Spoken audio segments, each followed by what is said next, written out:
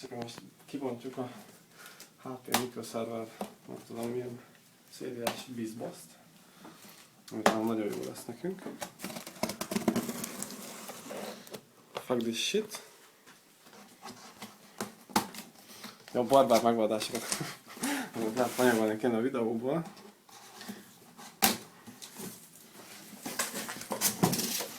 Itt van benne minden.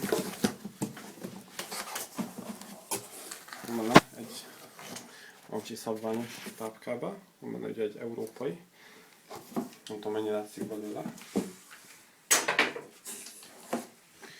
Van benne egy fontos dokumentáció, ami meg a büdös érdek is volt bontva. Valószínűleg nem ok nélkül.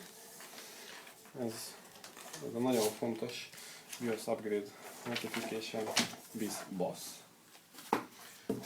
És akkor jön az érdemi rész szerintem.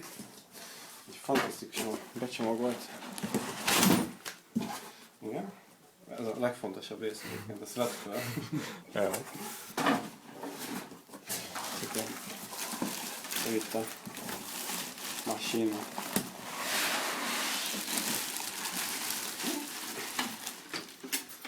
No.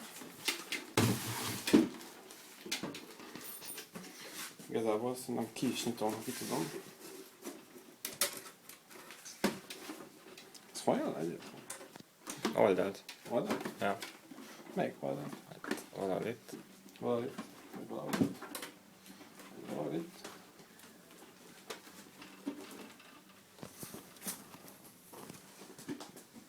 Ja, persze.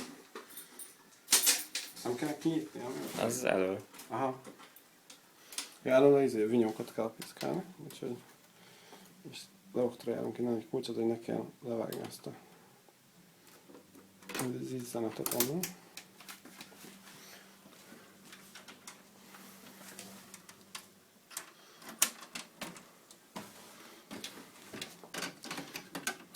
No. Nem látok ide semmit. Remek! Vinyó keretek vannak végig, meg a fantörpikus mindenség ottan. És így ugye egyből levelhető a padlap is fentről. Kell, hogy a videó az nem rögzít szagokat, mert egyébként tele olyan szaga van, mint ha új lenne. Vagy csak fingottál. Ez így nem opcionális, és akkor gondolom, most kéne levenni az oldallapokat abban a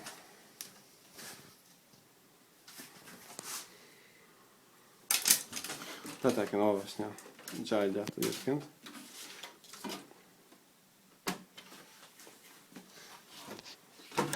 Jó, tényleg nem mondjuk egy mérnök informatikusak. Az látszik. Ez micsoda látva? Ez a kupak. Nem tudom. Azt tudom, hogy ezt ki lehet húzni. Ez? Aha. De előtte szét kell ezt csavazni.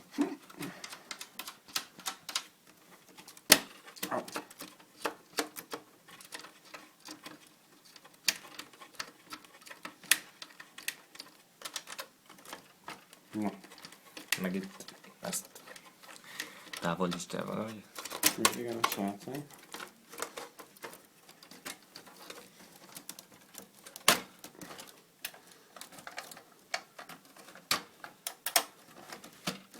És ott van az egy ramocska, most nem fogom jobban szétszedni, mert összebarkál. Várkodó. Egy ramocska, ott van a CPU-cska. Oda majd bele gondolom a PCI Express-ecske. És oda fogom jönni a varázslatos vagy wifi kártya.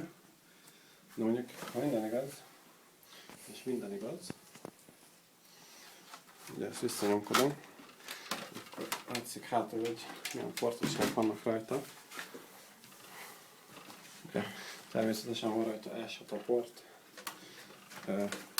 2 USB, egy Ethernet és ugye a monitornak a cuccosa, és ide megy majd ide befér majd a két PCI Express-es kártya, hogyha szükség lesz rá.